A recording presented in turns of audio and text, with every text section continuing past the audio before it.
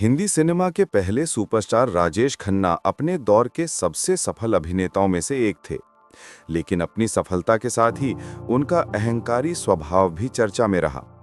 कहा जाता है कि राजेश खन्ना अक्सर अपने को स्टार्स के साथ रूखा व्यवहार करते थे और सेट पर घंटों देरी से पहुंचते थे।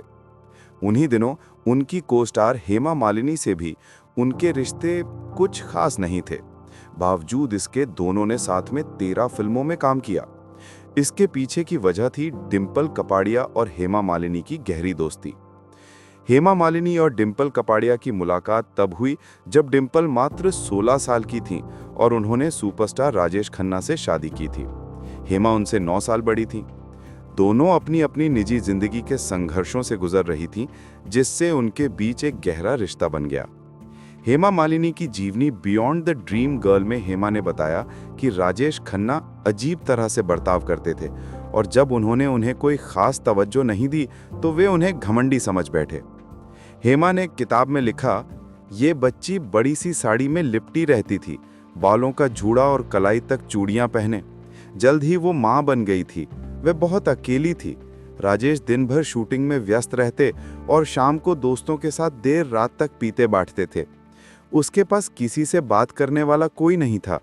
डिंपल अक्सर हेमा के माता पिता के साथ समय बिताती थीं क्योंकि उन्हें वो पारिवारिक माहौल पसंद था। हेमा ने बताया कि मैं खुद अपनी निजी जिंदगी में तनाव से गुजर रही थी और डिंपल ही थी जिससे मैं अपने दिल की बातें कह पाती थी। डिंपल ने अपनी दोस्ती को लेकर कहा था कि वे हेमा की बहुत परवाह करती थीं। उन्होंने कहा था, मैं बहुत गुस्सैल स्वभाव की थी। मैं हेमा से कहती थी, धर्मेंद्र तुम्हें कभी शादी नहीं करेंगे, तुम्हें खुद कुछ करना होगा। हालांकि हेमा ने उनकी बात नहीं मानी और आखिरकार 1980 में धर्मेंद्र से शादी कर ली। डिंपल और हेमा दोनों ही अपने जीवन में मुश्किल दौर से गुजर रही थीं। एक सुपरस्टार की पत्नी होकर अकेली थी, दूसरी समाज की बंदिशों के बीच प्यार निभा रही थी। लेकिन इन दोनों के बीच की दोस्ती एक दूसरे के लिए सहारा बनी।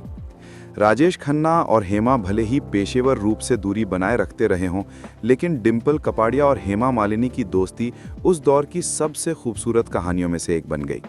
एक ऐसी दोस्ती जो ग्लैमर, संघर्ष और सच्चे मानवीय रिश्तों से बुनी गई थी।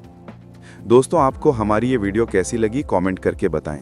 अगर आप हमारे चैनल पर नए हैं तो चैनल सब्सक्राइब करें और बेल आइकन दबाना ना भूलें। जल्द मिलते हैं किसी और वीडियो के साथ। तब तक के लिए आदाब, नमस्कार, खुदा हाफिज।